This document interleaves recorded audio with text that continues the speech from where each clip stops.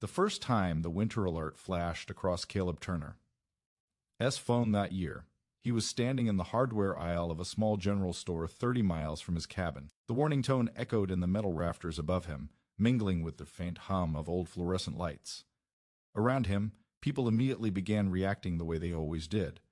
A woman grabbed 2 extra propane canisters and tucked them under her arm. A man hurried past with rock salt stacked high in his cart. Someone muttered, "Not again," under their breath. Caleb did move. He read the alert twice. Blizzard warning, heavy snow, high winds, whiteout conditions expected. Estimated snowfall, 30 to 40 inches. Wind gusts, 60 mph. He slipped the phone back into his jacket pocket and looked down at the items in his cart. Not milk. Not candles. Not bread. Instead, he had drainage gravel, treated plywood sheets, cut to size, a bundle of heavy-duty screws, and a coil of black corrugated pipe. An older man near the checkout noticed and shook his head. "Storm coming and you were buying lumber?" Caleb gave a small half-smile. "Storm, that's exactly why." The man laughed, assuming it was a joke, and pushed his cart forward. Caleb paid quietly, loaded everything into the back of his old pickup truck, and began the slow drive up the mountain road toward his property. The sky was already changing. Clouds pressed low and heavy against the ridgelines, turning the valley gray in the way that always meant trouble. His cabin sat alone at the edge of that valley, where the land flattened briefly before climbing into dense pine forest. It was a large structure, just 1 story sturdy, built from thick timber with a steep metal roof designed to shed snow. Caleb had built it himself over the course of 2 summers, piece by piece, after leaving a construction job in the city that paid well, but drained him dry. He preferred quiet, preferred the predictable rhythm of seasons over traffic lights and office meetings. But mountain winters were never truly predictable. Every year, snow fell hard enough to change the shape of the world. Fences disappeared. Mailboxes vanished. Entire vehicles became white humps until spring thaw. And every year, people reacted the same way, panic first, preparation second. Caleb had once been like that too. The memory came back to him as he turned into his gravel driveway, tires crunching under a thin layer of frost. 3 winters ago, before the idea of digging had even formed in his mind, a storm had trapped him in a way that still made his chest tighten when he thought about it. That year he had underestimated the forecast. The snowfall predictions seemed exaggerated. He had firewood stacked neatly by the cabin. He had canned food. He had confidence. The storm hit at night. He remembered the sound first, wind screaming through the valley like something alive. Snow did drift gently then. It hurled itself sideways, rattling against the cabin walls. By morning, when he tried to open the front door, it would budge. At first, laughed at the resistance. Snow was normal. He pushed harder. Nothing. He pressed his shoulder against the wood, gritted his teeth, and shoved with everything he had.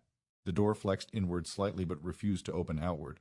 Snow had packed tight against it. Not soft powder, dense, wind-compacted weight. He had to climb through the small bathroom window that day, dropping waist-deep into snow that swallowed him instantly.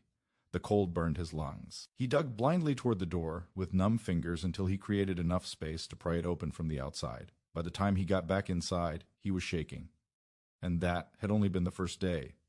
The storm lasted 48 hours. Snow kept building, higher and harder, until the drift against his cabin wall nearly reached the bottom of his windows. The wind shaped it like a frozen wave curling over his front porch. When the firewood stack ran low, he had to climb out again, battling wind and ice to reach the covered rack beside the shed. He slipped once, hit his shoulder hard against packed snow. For a moment, lying there in the white silence, he realized how fragile everything was. If he had broken an ankle, if he had knocked himself unconscious, no one would have reached him in time. That was the moment the promise formed. Never again. When he pulled into his driveway this year and shut off the engine, the valley felt deceptively calm. A few neighbors, cabins dotted the distance. Not close enough for daily interaction, but close enough that word traveled quickly whenever someone did something unusual. He unloaded the gravel first, carrying bucket after bucket to the side of his front porch, then the plywood sheets, then the pipe. Before stepping inside, he stood in front of his cabin and studied it carefully. The structure itself was solid. The metal roof angled steeply, doing its job well. Snow slid from it easily. The problem was always the same, the front door. It faced north. Every major winter storm in the valley drove wind from that direction. Snow accelerated across the open field and slammed directly into the porch, piling against the door in layers. Each gust packed it tighter. It wasn't the snowfall that trapped him. It was the wind. Caleb walked to the right side of the porch and looked toward the small hill rising beside the cabin. It wasn't too large, just a gentle slope covered in grass during summer, hardened by frost now. The hill shielded the cabin's east wall from direct wind. Snow rarely accumulated heavily there. That was where he had decided to begin. The next morning, while frost still clung to the ground, Caleb stepped outside with a shovel. His neighbor, Martin, happened to be driving by in his truck. Martin slowed, rolled down his window, and called out, "Digging already? Snow hasn't even started." Caleb leaned on the shovel handle. "Preparing. For what?" "A better entrance." Martin laughed. "You building a moat?" "Something like that." Martin shook his head, smiling in amusement, and drove on. Caleb waited until the truck disappeared down the road before he began.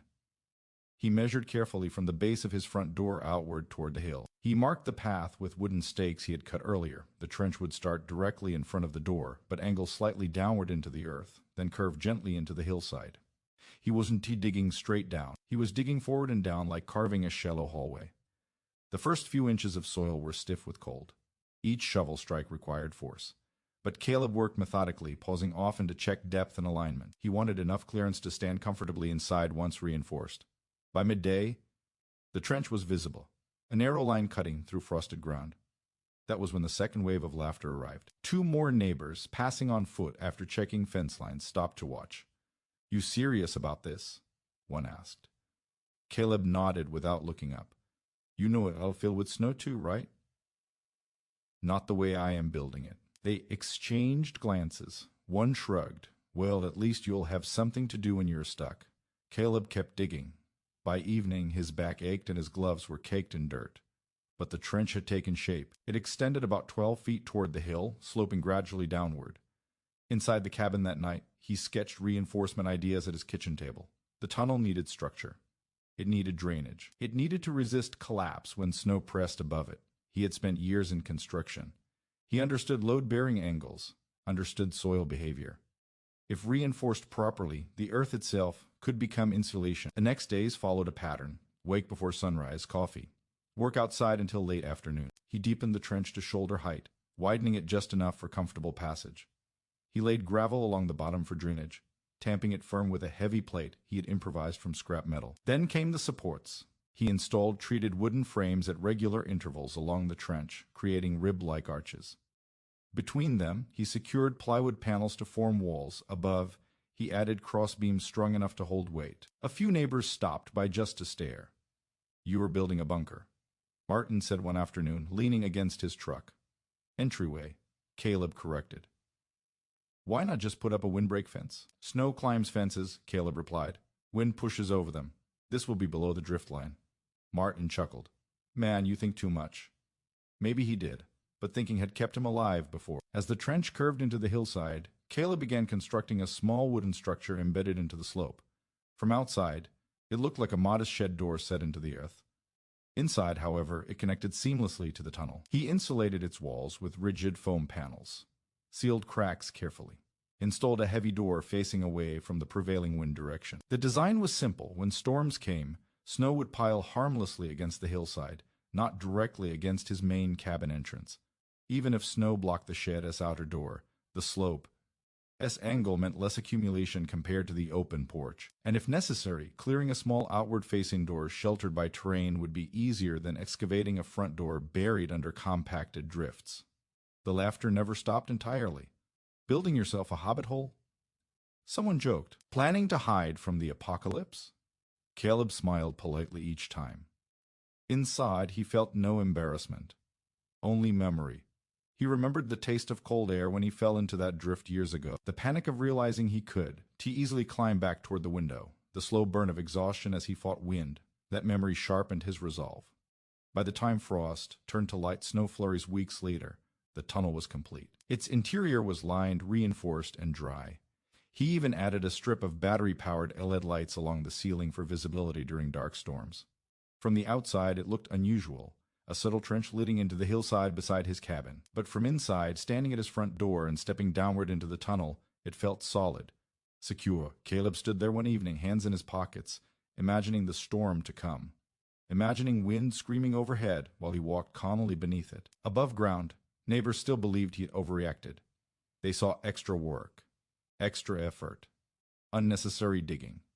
They did not see what he saw: vulnerability disguised as routine. The dangerous assumption that because something had always been done one way, it should always be done that way.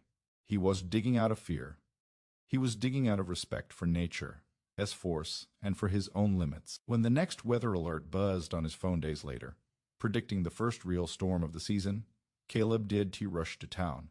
He did buy milk or candles. He stepped outside with a final bag of gravel and poured it carefully along the last stretch of the tunnel floor, smoothing it evenly. Then he stood at the entrance, looked toward the valley where smoke curled from neighboring chimneys, and listened to distant laughter carried faintly on cold air.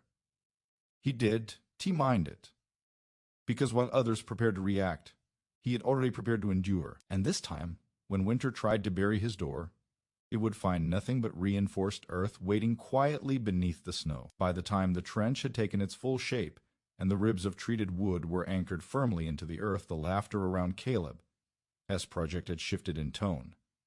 It wasn't just amusement anymore. It was curiosity wrapped in doubt. People slowed their trucks more often when passing. Some stepped out to look closer. A few even walked down the path to inspect the angled descent from his front door. From the outside, it still looked like overkill. From Caleb's perspective, it was geometry. He had learned long ago that snow did not behave randomly. It followed patterns, wind currents, surface angles, pressure differences. Most people thought snowfall was the problem. It was. Snowfall was manageable. It was the wind-driven compaction that turned powder into concrete. That was what trapped doors. That was what nearly trapped him. He stood at the mouth of the trench one cold afternoon, holding a notepad smudged with dirt and pencil markings. The slope from his cabin door angled down roughly 3 feet over a distance of 10 feet before curving gently toward the hillside. That slope mattered. If it were too steep, water would rush downward during spring melt and pool at the door. If too shallow, drifting snow could fill it gradually. He had chosen a compromise steep enough for drainage, shallow enough for stability. He'd also paid attention to orientation. The tunnel did not run straight toward the hill. It angled slightly west before curving east again into the slope. That curve broke wind alignment. Even if gusts managed to enter the outer shed door, they would not travel in a straight line toward the cabin. Wind preferred straight paths. Caleb preferred curves. One afternoon, Martin walked down from the road again, hands in his jacket pockets, boots crunching against frozen ground. "All right," Martin said. Peering into the tunnel, I'll admit it looks sturdier than I expected. Caleb tightened a bolt on one of the cross beams before answering. "It has to hold weight." "Weight from what?" "Snow's going to sit on top anyway." "Exactly." Martin frowned slightly. "You were saying you want snow on top of it." "Yes." Martin blinked. "You lost me." Caleb stood and brushed dirt from his gloves. When snow piles against a flat door, wind keeps packing more into the same spot. It builds vertical pressure. But when snow settles on a slope like the hill, it distributes weight across surface area. The earth absorbs it. The load spreads out. Martin stared at him for a moment. "You've thought this through." "I had time." Martin chuckled and shook his head, but he did. T laughed this time. He studied the framing more closely. "You worried it'll cave?" "Not if I brace it right." That was where most of Caleb's effort went, not digging, but reinforcing. The ribs were built from pressure-treated 4-core beams, spaced carefully every 2 feet along the tunnel's length. He had calculated spacing based on expected snow load. Average snowfall in the valley could reach 3 feet in heavy storms. With wind compaction, density increased. He had once read a study estimating that packed snow could weigh up to 20 pounds per cubic foot. He did. To know the exact load that might press above him during the worst storm. So he built for more than expected. Each rib connected to horizontal cross braces overhead. The plywood panels were not merely nailed in place, they were screwed and sealed, creating continuous surfaces. On top of that, he layered thick plastic sheeting between soil and wood to reduce moisture penetration. Moisture was the real enemy underground. Cold alone was manageable. He installed the drainage system next. That part had drawn the most confusion from neighbors. They watched as he dug a narrow side channel along the lowest interior edge of the tunnel floor. "You building plumbing now?" one had joked. "In a way," Caleb replied. He laid corrugated drainage pipe along that channel, perforations facing downward. Beneath it, a bed of gravel-insured water could filter away. The pipe extended beyond the hillside structure and emptied downslope where runoff naturally flowed during spring thaw. If snow above melted during fluctuating temperatures, water would seep downward. Without drainage, it could pool and freeze, creating ice buildup inside the tunnel. Caleb refused to let that happen. He tested the system once before finishing the walls. He poured buckets of water near the upper slope and watched carefully. The water trickled through gravel, disappeared into the pipe, and exited where intended. He nodded quietly. That was one variable controlled. Another concern lingered in the back of his mind: air. A sealed tunnel could trap cold air or condensation. It could even create pressure differences during storms. So he installed 2 small ventilation shafts near the top of the hillside structure, angled downward and shielded with caps to prevent direct snowfall entry. They allowed slow air exchange without creating a wind tunnel effect. Everything had purpose, nothing was decorative. As days passed and construction neared completion, Caleb found himself thinking less about ridicule and more about physics. He replayed the storm from 3 years earlier over and over, the way snow had pressed against the front door until even its hinges groaned. The way wind had found tiny cracks and forced fine powder through them like dust. He had studied that failure. The problem was T-insulation. The cabin walls had held firm. The roof had done its job. The weak point was access. Doors are holes in walls, holes are vulnerabilities. By moving his primary entry point below grade and shielding it with terrain, he won T-hiding. He was relocating vulnerability. One late afternoon, as he secured the final interior panel along the curved section, he stepped back and looked at the shape of it. The curve was subtle but critical. Straight tunnels invited force. Curved tunnels diffused it. The design was inspired partly by old storm cellars he had seen in rural towns, buried entrances with angled doors that resisted wind pressure. He had once helped restore a farmhouse built in the early 1900s. That house had a cellar entrance dug into a hill, reinforced with thick beams and covered with soil. During tornado warnings, the owners used it for shelter. It had survived storms that tore barns apart. Nature respected angles. Caleb respected history. The hillside structure, what neighbors called the shed, was the final piece. He framed it carefully within the slope, anchoring it into compacted earth. The outer door faced southeast, away from the dominant northern winds. Above the door, he built a small overhang to deflect falling snow. The roof of the structure sloped backward into the hill, allowing accumulation to blend naturally into the terrain. From a distance, it looked almost like part of the landscape. That was intentional. He wanted to stand out. He wanted one to ignore it. Inside that outer structure, he insulated thoroughly. Rigid foam boards lined the walls. Expanding foam sealed gaps. He added a rubber door sweep at the bottom of the outer door to prevent drafts. Between the outer door and the inner tunnel entrance, he created a small buffer space, a mini airlock. 2 doors. 2 barriers. If snow somehow blocked the outer door, he could still access the tunnel from inside the cabin and work outward in stages. The buffer would reduce cold air infiltration when entering or exiting. Redundancy mattered. Martin returned again near sunset one day and stepped cautiously down the finished tunnel. "Well, I'll be," he muttered. The LED lights along the ceiling cast a soft glow, reflecting off plywood walls. The floor felt solid beneath his boots. "It is warmer down here," Martin said. Caleb nodded. "Ground temperature stays more stable than air." Martin placed a hand against the wall. "So even if it is -10 outside, it won't be -10 in here." Martin looked thoughtful. "You think this will really make that big a difference?" Caleb did. T answer immediately. He thought of the bathroom window, the drift swallowing him whole, the way panic had felt when he could, to get his footing. "It'll make enough," he finally said. Over the next week, light snow dusted the valley intermittently. Nothing heavy, nothing serious, but it gave Caleb a chance to observe behavior. He watched how wind moved snow across his property. He noted where it accumulated naturally. Interestingly, snow barely gathered at the tunnel entrance near the hill. The terrain deflected most gusts upward and around it. Meanwhile, even during small flurries, snow collected predictably against the front porch. That confirmed his theory. The final touches were small but important. He applied waterproof sealant along every interior seam. He added a simple wooden railing along the downward slope to prevent slipping during icy conditions. He placed a heavy rubber mat at the cabin doorway where it met the tunnel floor. Then he stood at the cabin's front door and looked outward. Instead of stepping into open air, he stepped into his tunnel. The psychological shift surprised him. There was a sense of containment, of protection. The world outside felt distant, even though it was only a few feet away above him. He walked the length slowly, hand grazing the wall. This was fear-driven construction. It was adaptation. Animals burrowed for a reason. Humans had simply forgotten. One evening, As dusk settled purple over the valley, two neighbors approached together. Word had spread that the tunnel was complete. "Mind if we see it?" one asked. Caleb shrugged. "Go ahead." They stepped down carefully, glancing at the supports overhead. "I thought this was going to be some shallow ditch," one admitted. "Did expect all this. It's engineered," Caleb said quietly. The second neighbor looked around. "You think we've been doing it wrong all these years?" Caleb considered that. "No," he replied. "Just doing it the way it always been done." They walked out through the hillside door and stood looking back at the entrance. "I guess wind can pack snow into what it can reach," the first neighbor said slowly. Caleb smiled faintly. "Exactly." But even as mild admiration began replacing mockery, Caleb knew the true test hadn't come yet. Design meant nothing without stress. Theory meant nothing without force.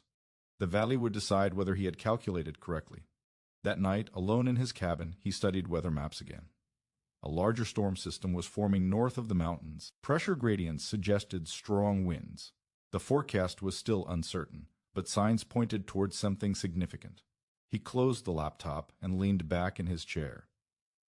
3 years ago, he had been reactive, scrambling, improvising, hoping. Now he was prepared. Prepared not because he feared the storm, but because he understood it. Understanding removed panic.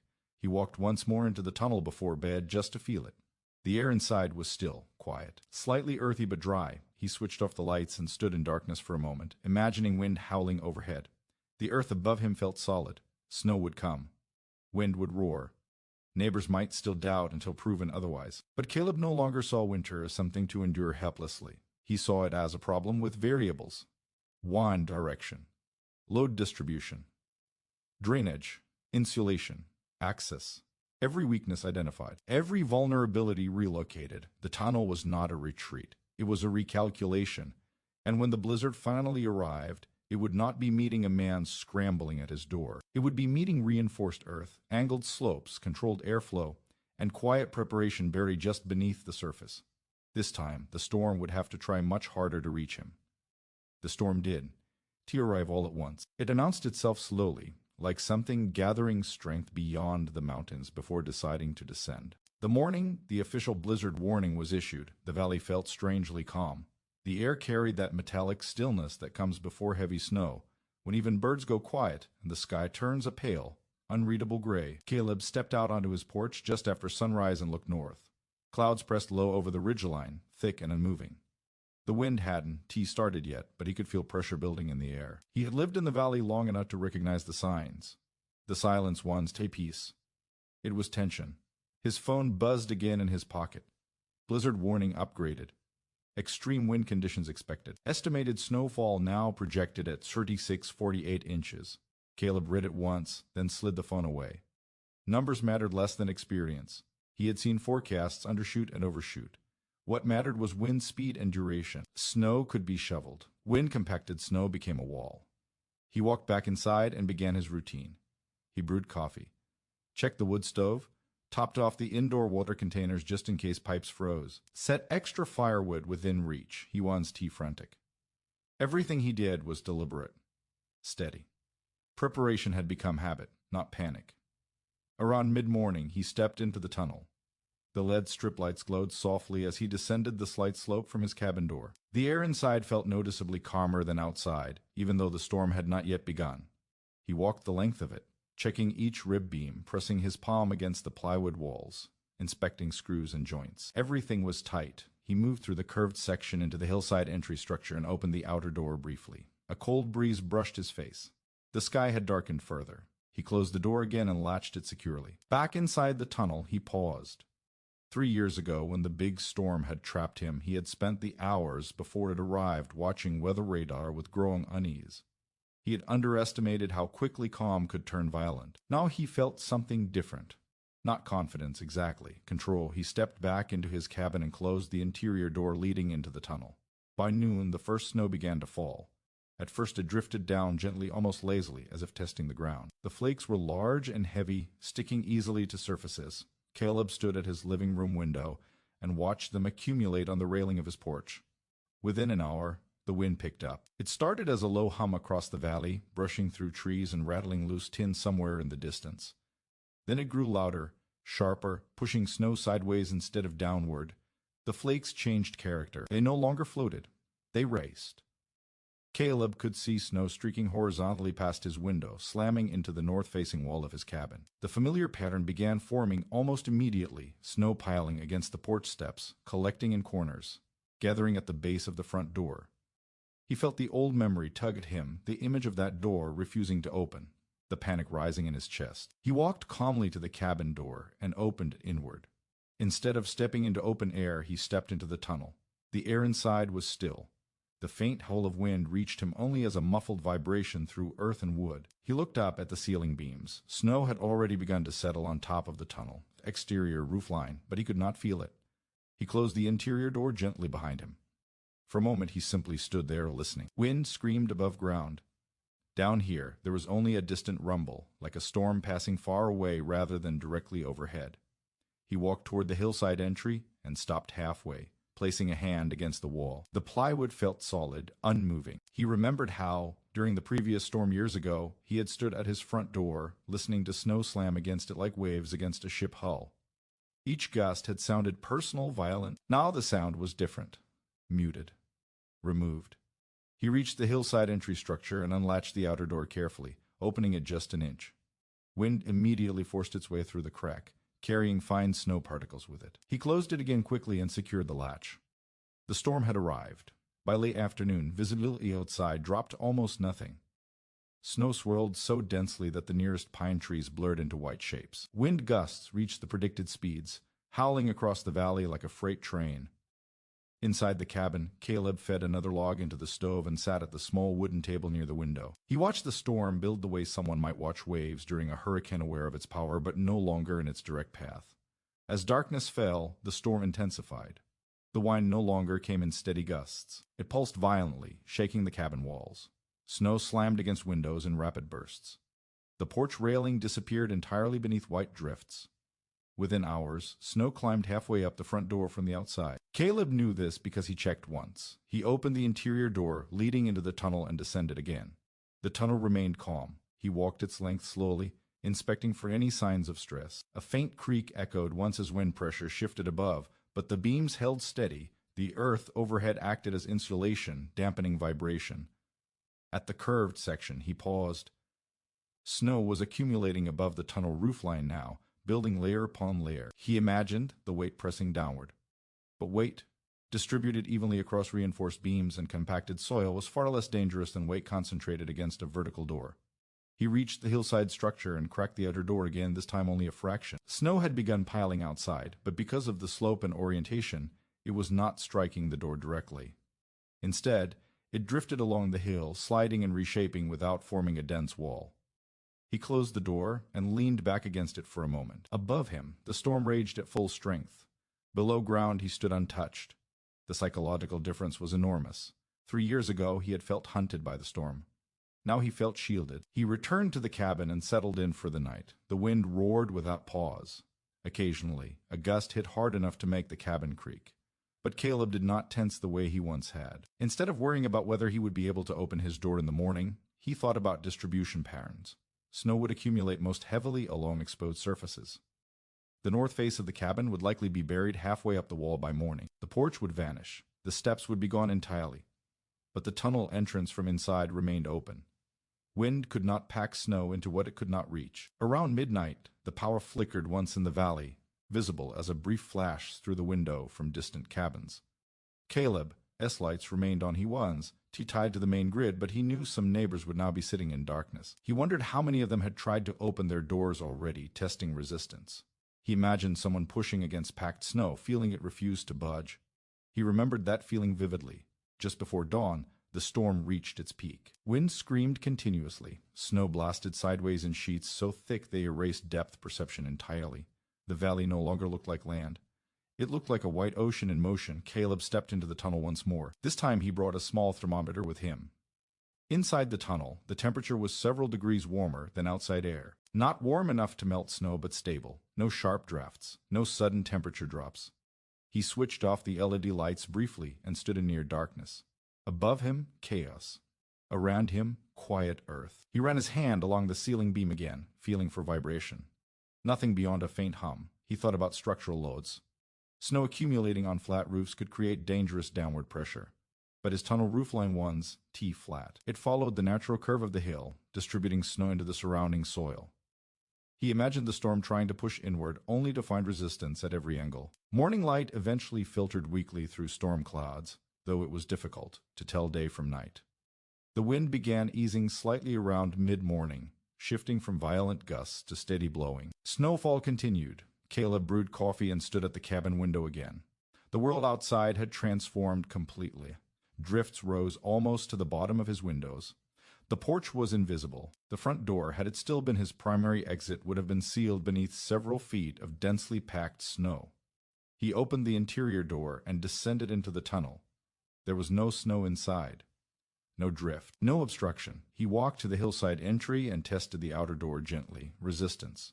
Snow had accumulated against it, but not compacted into an immovable wall. He pushed carefully and felt the door give slightly before snow pressed back. Good. That meant clearing from this side would be manageable when needed. He left it closed for now. There was no urgency. The storm had not fully passed. By afternoon, snowfall tapered off. Wind softened gradually, no longer screaming but whispering through trees. The valley settled into an eerie stillness. The blizzard had run its course. Caleb waited another hour before attempting to open the hillside door fully. He braced himself and pushed steadily. Snow shifted and slid outward, cascading down the slope rather than locking solid. The door opened halfway without extreme effort. He stepped into the small sheltered space just outside the hillside structure and looked around. The difference in accumulation was striking.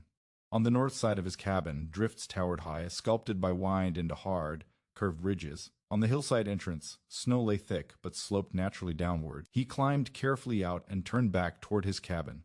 The porch was gone. The front door was buried almost completely, with snow reaching several feet above its base. Had that still been his only exit, he would now be digging upward blindly. Instead, he stood on open ground. He inhaled deeply. The air was sharp and clean, carrying the silence that follows major storms. In the distance, he could see faint movement near another cabin. A figure was climbing through a second-story window, dropping carefully into snow below. Caleb watched for a moment. He knew that routine. He knew the frustration. He turned back toward his hillside entrance and stepped inside the sheltered structure, brushing snow from his shoulders. Back in the tunnel, he paused halfway and looked upward. He did feel triumphant. He felt confirmed. The storm had tested the design. The wind had raged at full force. Snow had buried exposed surfaces exactly as predicted. And yet, beneath the earth, inside reinforced ribs and curved walls, there had been no panic. No pounding against a trapped door. No desperate climb through a bathroom window. He reached the cabin interior and closed the tunnel door behind him. The blizzard had done everything it could. He had felt almost none of it. The morning after the blizzard felt unreal. The valley did not wake the way it usually did. There were no distant truck engines, no dogs barking, no faint hum of early activity drifting through the cold air. Instead, there was a silence so complete it felt padded, as if the world had been wrapped in layers of wool. Caleb stood inside his cabin and watched pale sunlight struggle through thick cloud cover. The storm had passed sometime in the early hours, leaving behind a sky that was no longer violent but still heavy. Snow covered everything in smooth, sculpted shapes. Fences had vanished. The road was indistinguishable from open field. He finished his coffee slowly before stepping toward the interior tunnel door. 3 years ago, this would have been the moment of dread, the moment he would press against his front door and hope it moved. Now it was simply routine. He opened the tunnel door and descended the slight slope. The air inside was calm and steady, almost warm compared to the biting cold outside. The LED strip cast a soft glow along the reinforced beams. No cracks, no sagging, no moisture seepage. Everything held firm. As he walked toward the hillside exit, he listened. Silence above. He reached the outer door and pressed gently. Resistance but manageable. Snow shifted and slid as he pushed harder. The door opened halfway, spilling light into the entry structure. A soft cascade of powder fell inward but stopped at the threshold. He stepped outside. The transformation was staggering. Snowdrifts reached nearly shoulder height along the north-facing wall of his cabin. The front porch was completely buried, only the top edge of the railing visible like a faint line beneath white mass. The main door, had he relied on it, would have required hours of heavy digging to free. But here on the hillside, accumulation had shaped itself differently. Snow had settled in thick layers, but without the aggressive compaction caused by direct wind. The slope deflected the worst of the gusts. Instead of a vertical wall of packed ice, there was a heavy but workable blanket. Caleb took a slow breath, letting the cold air fill his lungs. In the distance, he heard something faint, strained voices. He turned toward the nearest, neighboring cabin down the valley. Movement. A figure was climbing awkwardly through a second-story window. The person lowered themselves carefully, hanging from the frame before dropping into deep snow below. They stumbled on landing, struggling to regain balance. Another voice called from inside. Caleb watched for only a moment before stepping back into the hillside structure. He closed the outer door behind him and walked through the tunnel into his cabin. He pulled on heavier boots, gloves, and his thick winter coat, not rushing, not panicking, but aware that others were likely trapped. When he emerged again through the hillside entrance, he carried a shovel over one shoulder and a coil of rope in his hand. The snow was deep, but manageable. It reached above his knees in some areas, mid-thigh in others. The wind had sculpted uneven terrain across the valley, creating ridges and dips. He began moving toward the neighboring cabin using a method he had learned years ago, stepping deliberately, packing snow slightly with each footfall to create a stable path behind him. As he approached, he saw Martin more clearly now. Martin stood waist-deep in snow near his house, breathing heavily, shovel buried beside him. "You get out easy?" Martin called, voice tight with exhaustion. Caleb nodded once. Hillside. Martin looked confused for a second, then understanding flickered across his face. That tunnel thing. Yes. Martin let out a short laugh that held no humor this time. Door S sealed shut. Tried pushing. Did T budge. Snow S packed like concrete. Caleb stepped closer, planting the shovel blade into the drift near Martin, S buried porch. How is everyone inside? Cold, but fine. Fire's still going. Just can't get the door open.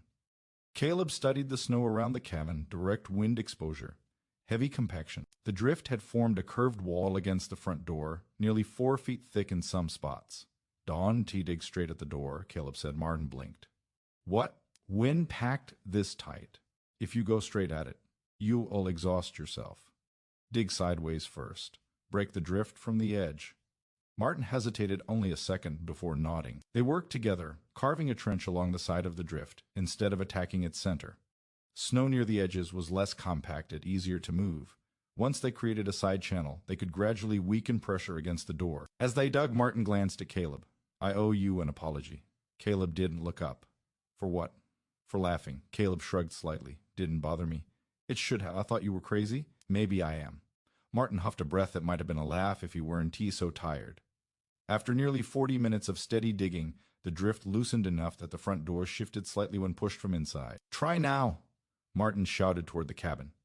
A muffled response came, and then the door cracked open, snow spilling inward slightly but no longer sealed tight.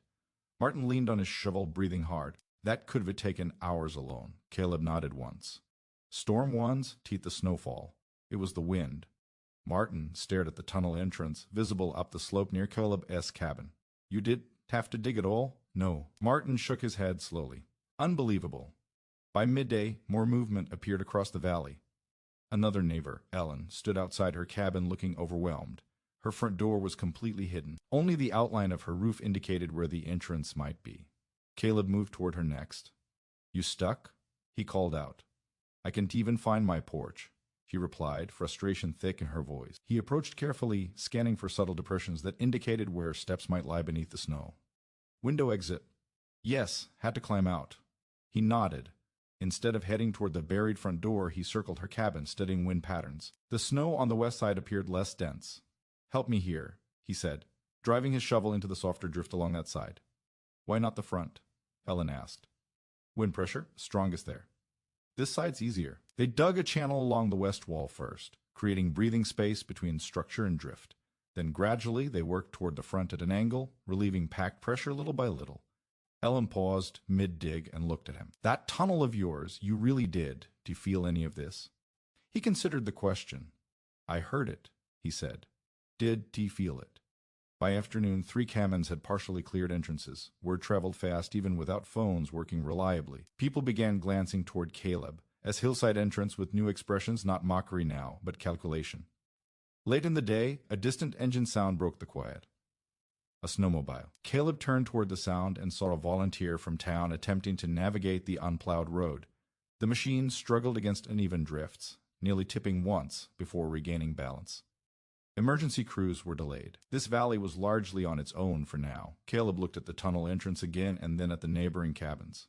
"Anyone else stuck?" he called out. "Old Harris couple." Someone replied from farther down the slope. "Haven't seen them yet." Caleb did. He hesitate. He grabbed extra gloves and rope from his cabin and returned to the hillside exit. Instead of trudging directly through deep, open drifts, he followed terrain contours using unsheltered paths between structures, areas where snow lay softer and less compacted. The Harris cabin sat lower in the valley, more exposed to direct northern wind. As Caleb approached, he saw no movement. He knocked hard against a side window, brushing snow away first. A faint shape appeared behind the glass. "We re-hear," a voice called weakly.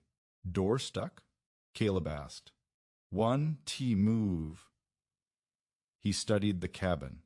The front drift looked impenetrable. So he did T go there. Instead, he began digging from a diagonal angle along the east side, working slowly toward the door area but never attacking it head-on. Snow near the edges broke easier. With each shovel load removed, pressure reduced. The work was exhausting. Snow at that depth and density demanded patience. Caleb paced himself, taking short breaks to avoid overexertion. Finally, after nearly an hour, the door shifted. It opened inward just enough for Mr. Harris to push through slightly. "You all right?" Caleb asked. "Cold," the old man admitted. "But we're all right." Caleb guided them through a cleared path, and instead of sending them back into the open valley wind, led them toward his hillside entrance. "You can warm up at my place," he said simply. They stepped into the sheltered entry structure and paused in visible surprise. "You built this?" Mrs. Harris asked softly. "Yes." She touched the wall gently. "Smart." Back inside his cabin, Caleb poured hot soup into bowls and set them on the table. The Harris couple sat close to the stove, thawing slowly. Outside, the valley remained buried. But panic had shifted. Earlier, there had been frustration and fear. Now there was coordination. Neighbors worked together, following Caleb's angled digging approach.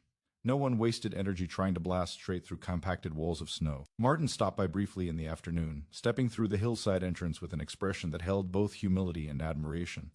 "Next fall," Martin said, glancing around the tunnel interior, "you think you could help me build one of these?" Caleb stirred the stove fire before answering. "Yes." Martin nodded once. "I want." Teet laughed this time. Caleb almost smiled.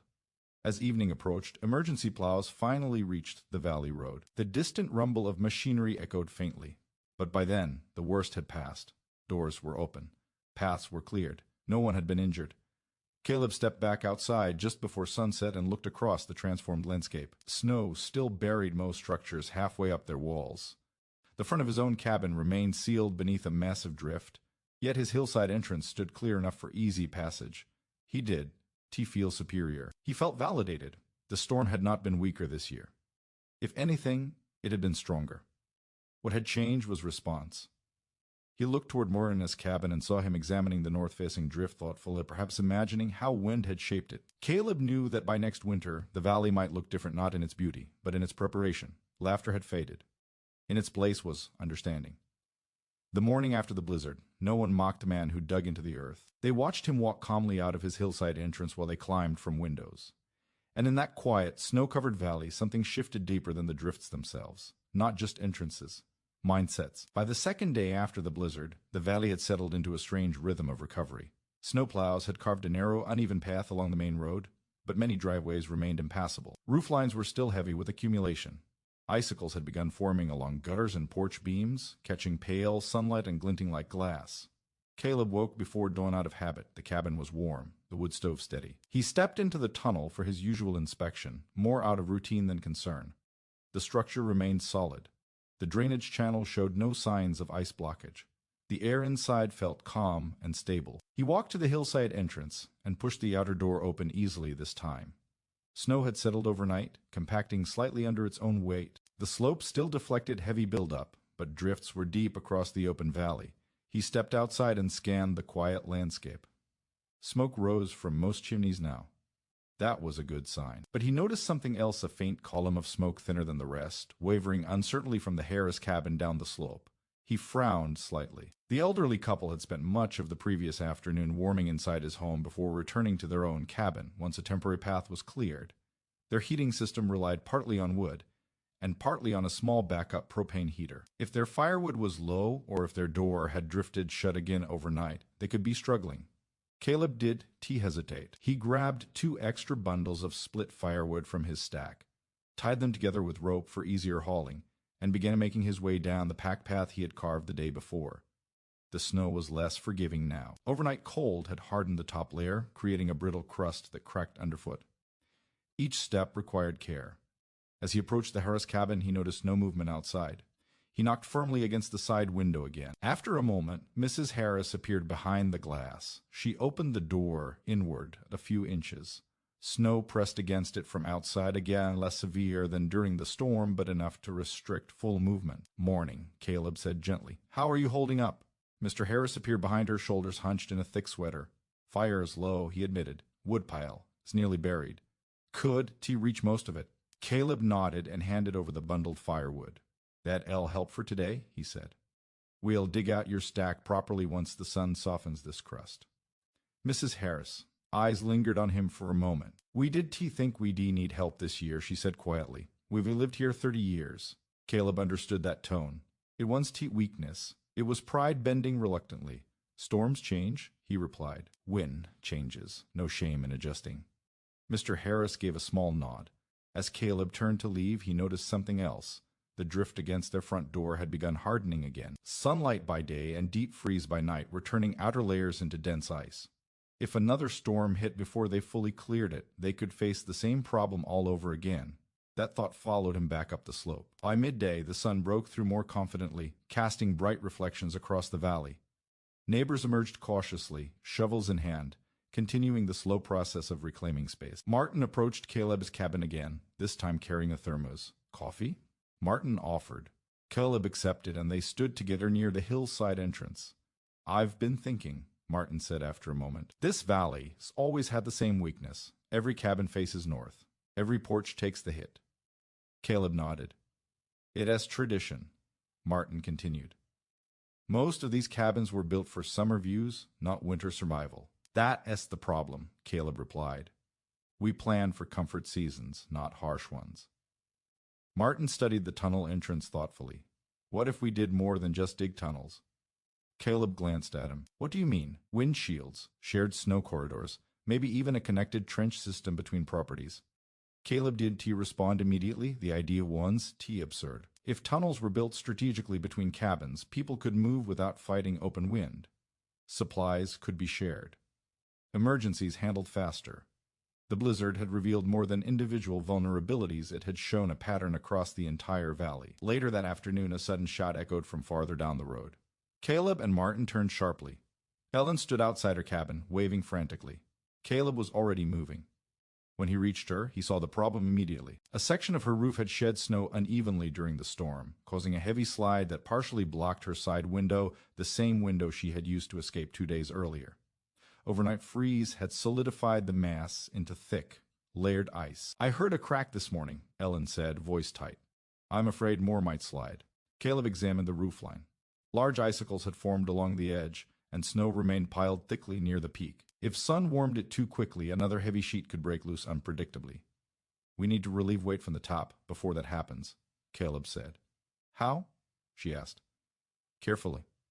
He instructed Martin to bring a roof rake from his cabin. Meanwhile, Caleb studied the slope angle and overhang. The goal was not to stand directly beneath it. Instead, they positioned themselves at a safe angle and used long-handled tools to pull manageable sections downward gradually, rather than allowing a full sheet to slide at once. Each controlled pull sent a cascade of snow to the ground in safer, smaller chunks. It took over an hour, but eventually the roof edge was clear enough to reduce risk. Ellen let out a shaky breath. "I didn't even think about roof load," she admitted. "I was just worried about the door." "Storm problems stack," Caleb said quietly. "First access, then weight, then ice." She glanced toward his hillside entrance. "You built for access first." "Yes, and that gave you time for everything else." He did respond, but she was right. Preparation had created margin. Margin created calm. And calm allowed better decisions. As the afternoon light faded, Caleb returned home briefly to check on the Harris couple again. They were warm now, fire crackling steadily. "Don't strain yourself for us," Mrs. Harris insisted gently. "I won tea," Caleb replied, "but I am thinking long-term." Mr. Harris looked at him curiously. "Long-term?" Caleb hesitated only a second before speaking his thoughts aloud. This valley needs more than shovels. We need design changes. When does he care about tradition? The old man smiled faintly. You planning to dig tunnels for everyone? Maybe, Caleb said. That evening, as darkness settled once more over the valley, several neighbors gathered inside Caleb's cabin. It was a formal meeting, just shared coffee and quiet conversation, but the tone was different from before. No one joked about tunnels now. They asked questions. How deep did you dig? What kind of supports did you use? How do you handle drainage? Caleb answered each one patiently, explaining load distribution, soil stability, airflow. He spoke not as someone boasting about being right, but as someone describing a solution that had worked. Martin leaned forward in his chair. If we start before next fall, he said, we could have at least 3 more built. Ellen nodded. And maybe connect mine to Martin's through that tree line. It is already somewhat sheltered. Caleb listened as the valley began imagining something new, not fear. Infrastructure. Later, after everyone had returned to their cabins, Caleb stepped into the tunnel one last time before bed. He stood midway along its curved section and ran his hand along the beam overhead. 2 days ago, this space had been tested by the full force of a northern blizzard. Now it felt almost peaceful, like a quiet hallway beneath a sleeping world. He thought back to the moment 3 years earlier, when he had lain in the snow after slipping, wind roaring above him, realizing how quickly things could go wrong. Back then, survival had felt reactive. Now it felt intentional. He stepped outside through the hillside entrance and looked across the valley under moonlight. Snow shimmered silver in the dark. Cabins stood half-buried but steady. Somewhere in the distance, a shovel scraped lightly. Recovery was underway. But more importantly, something else had begun. The valley was no longer laughing at the man who dug into the earth. They were asking for blueprints. Caleb exhaled slowly, watching his breath cloud in the cold air. He built the tunnel for recognition. He had built it for peace during storms. But if that peace could extend beyond his own door, if it could reach neighbors, elderly couples, families climbing through windows, then the digging had been worth more than comfort. It had become a foundation, and as he stepped back into the sheltered entrance and closed the door behind him, he knew this was no longer just about one blizzard. It was about never feeling trapped again, not alone, not together. By the time spring finally loosened winter, as grip on the valley, the blizzard had already become a story people repeated with a certain tone, half disbelief, half lesson learned. Snowmelt carved thin rivers through the fields. The massive drifts that once swallowed porches shrank day by day, collapsing inward under their own weight. Mud replaced ice. Roof lines reappeared fully. The road returned to something recognizable, but something else had shifted more permanently. Caleb noticed it first in the way people looked at his hillside entrance. No one laughed anymore. Instead, they studied, measured with their eyes, calculated distances from their own doors to nearby slopes. One afternoon in late March, Martin walked up to Caleb's cabin carrying a notebook. "You busy?" he asked. "Not especially," Caleb replied. Martin held up the notebook. "I sketched my property, figured we could start planning." Caleb stepped aside and motioned him toward the table inside. The notebook pages were filled with rough lines, cabin footprint, wind direction arrows, the position of trees and small terrain rises. "I've been watching the wind patterns since the storm," Martin admitted. "You were right. It's not the snow. It's how it moves." Caleb nodded quietly. Martin tapped the north side of his drawing. "Every major drift formed here, same as yours." "Where's your highest ground?" Caleb asked. Martin flipped a page and pointed. "Small rise on the west side, nothing dramatic." "Does need to be," Caleb said. "You just need shelter from direct wind." They spent the next hour mapping potential trench angles. Caleb explained again how the curve mattered, how straight lines invited pressure. He described drainage placement, beam spacing, and ventilation shafts. Martin listened carefully, no longer skeptical but intent. Word spread quickly. Within a week, Ellen stopped by with her own questions. Then another neighbor. Then another. Soon weekends became informal work sessions. They began with Martin's property. The ground was softer now, thawed enough for easier digging but not yet muddy beyond control. Caleb guided placement of stakes, marking the path from Martin, as door, toward the small western rise. "Not straight," Caleb reminded as Martin lined up his first shovel strike. "Right," Martin said, adjusting slightly. "Curve." They dug methodically, just as Caleb had months earlier. The difference now was hands. Where Caleb had worked alone, now there were 4, sometimes 6 neighbors rotating shifts. What had taken him weeks took Martin less than half that time. As the trench deepened, laughter returned, but it was different laughter. Encouraging. Shared. "You building a mole highway?" Ellen teased lightly one afternoon. "Better than climbing out a window," Martin shot back. Caleb smiled quietly at the exchange. By early summer, 2 tunnels stood complete in the valley. They were in T identical to Caleb's, each adapted to terrain and preference. But the principles remained the same: angled descent, curved path, reinforced ribs, gravel drainage, hillside exit shielded from northern wind. The valley began to look subtly different. Small wooden doors now appeared embedded into slopes beside cabins. To an outsider, they might have seemed odd, like storage sheds dug into hills. But to those who had lived through the blizzard, they represented something else entirely: control. Autumn arrived sooner than expected, crisp and sharp. The first frost painted the fields silver again, and with it came a new kind of anticipation. No one said it openly, but everyone watched the sky more carefully. When the first winter advisory buzzed across phones again in late November, there was no frantic rush to town this time. There was preparation. Caleb stood outside his cabin as wind began picking up ahead of the season. First serious storm. Across the valley, he could see Martin closing the outer door of his own hillside entrance. Ellen checked the seal on hers. The air carried tension but not fear. Snow began falling just after dusk. It wasn't as violent as the previous year, as blizzard, but wind still drove it aggressively across open ground. Gusts struck north-facing walls with familiar force. Caleb stepped into his tunnel as he had before, listening. Wind howled overhead, but beneath earth and reinforced beams, calm remained. He walked to the hillside exit and cracked the outer door slightly. Snow swirled across the slope, but did not strike directly. He closed it again and returned inside. Later that night, his phone buzzed, not an emergency alert, but a message from Martin. Door as buried again. Glad I dawn? Care. Caleb smiled at the screen. The next morning, snow lay deep across the valley, but instead of figures climbing from second-story windows, Caleb saw something entirely different.